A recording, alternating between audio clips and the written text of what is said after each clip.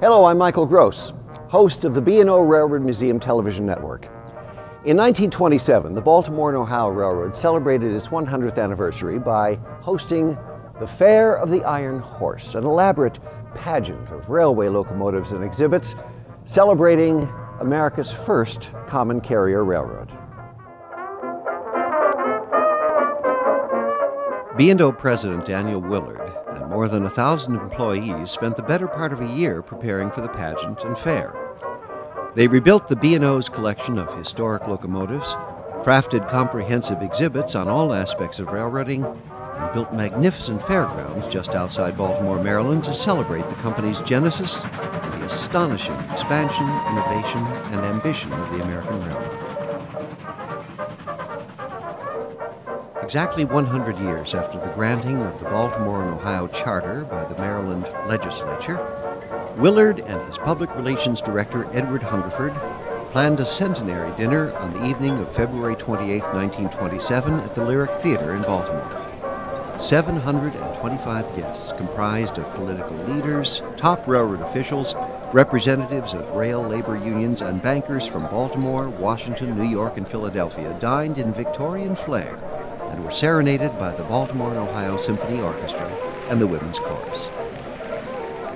Each guest was given a Baltimore and Ohio Centenary medal, cast in bronze and 2 3/4 inches in diameter. The obverse of the medal displayed either the New York to Chicago Capital Limited or the New York to St. Louis National Limited, encircled by the words, 100 years, safety, strength, speed. On the reverse side was Peter Cooper's Tom Thumb, surrounded by the legend, the Baltimore and Ohio Railroad Company, 1827 to 1927. One of these medals was given to each of the B&O pensioners and all employees with 40 or more years of service. Other employees and the general public could purchase the medal for $1.50.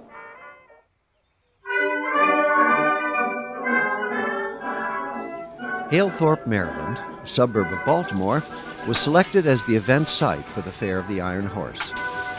Work quickly began on building exhibit halls and laying track. The Hall of Transportation was built first to house the major exhibits.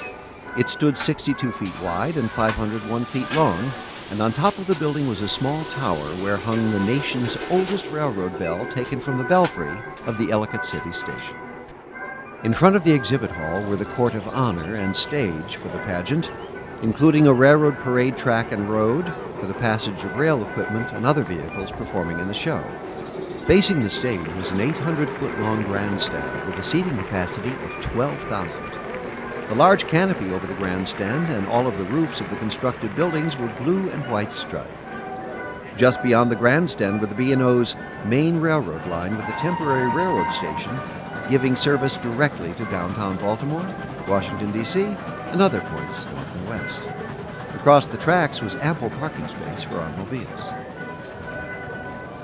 Early in the spring of 1927, the ancient equipment and pieces that debuted at the 1893 Chicago Fair and at St. Louis in 1904 were moved from storage at the company's shops in Martinsburg, West Virginia, to Baltimore for reconditioning.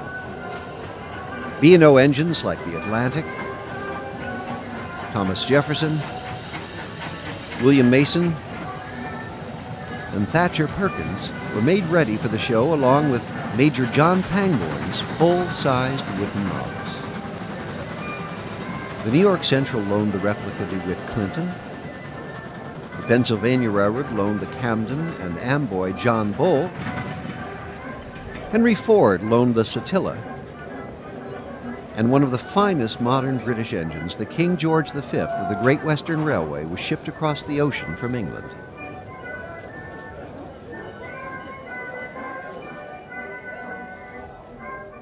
And now, a word from our sponsors.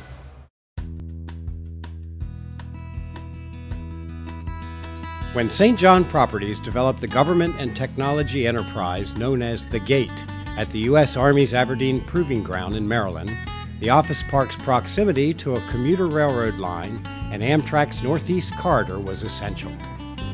Historically, both the Pennsylvania Railroad and the B&O Railroad served Aberdeen.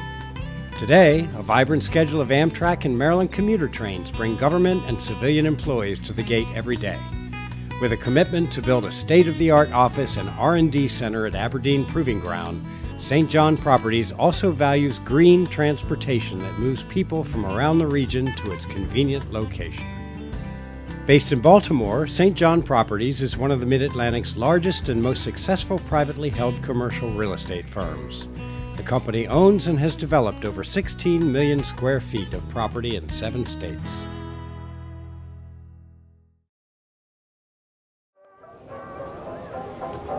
The Hall of Transportation contained a variety of railway exhibits and artifacts. The 32 Pangborn models were placed along the entire length of the hall. Miniature railroads, dioramas, and other exhibits revealed the century-long progress made in brakes, signals, track, stokers, bridges, and other railway equipment. To the west of the Hall of Transportation was the Traffic Building that contained exhibits and models of waybills, baggage, depots, coal wharves, grain elevators, and a huge relief map of the entire area served by the B&O Railroad. The building to the east was the Allied Services Building that contained exhibits prepared by the U.S. Post Office Department, the Railway Express Companies, the Western Union Telegraph Company, and the Pullman Company. Admission was free.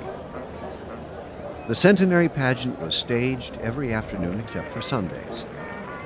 The pageant and parade chronicled the history of land transportation through the ages, from Roman times to modern times. The script was written and the pageant was directed by Baltimore actress Adele Gutman Nathan.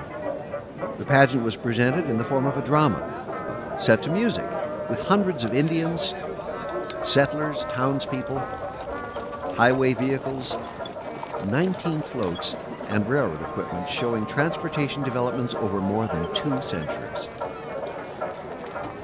The moving pageant, placed in a straight line, would have reached more than 4 miles and required well over an hour to pass a given point.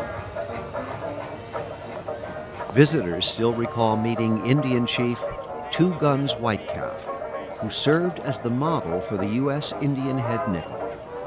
An important legacy of the fair of the Iron Horse is the B&O's famous centenary, or blue, dining car china. Designed by the first woman civil engineer, Olive Dennis, it would serve hungry passengers on B&O trains from 1927 to 1971.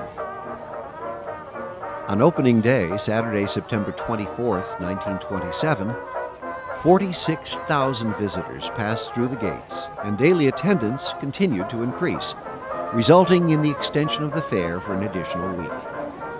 The 23-day Fair of the Iron Horse cost the B&O Railroad Company $1 million and generated a total of more than 1,300,000 visitors. More than 270,000 railroad tickets from Baltimore to the fair alone were sold. 136,000 automobiles parked at the fairgrounds, and 174,000 hot dogs were gleefully consumed by the attendees. I'm Michael Gross. Thanks for watching the B&O Railroad Museum Television Network.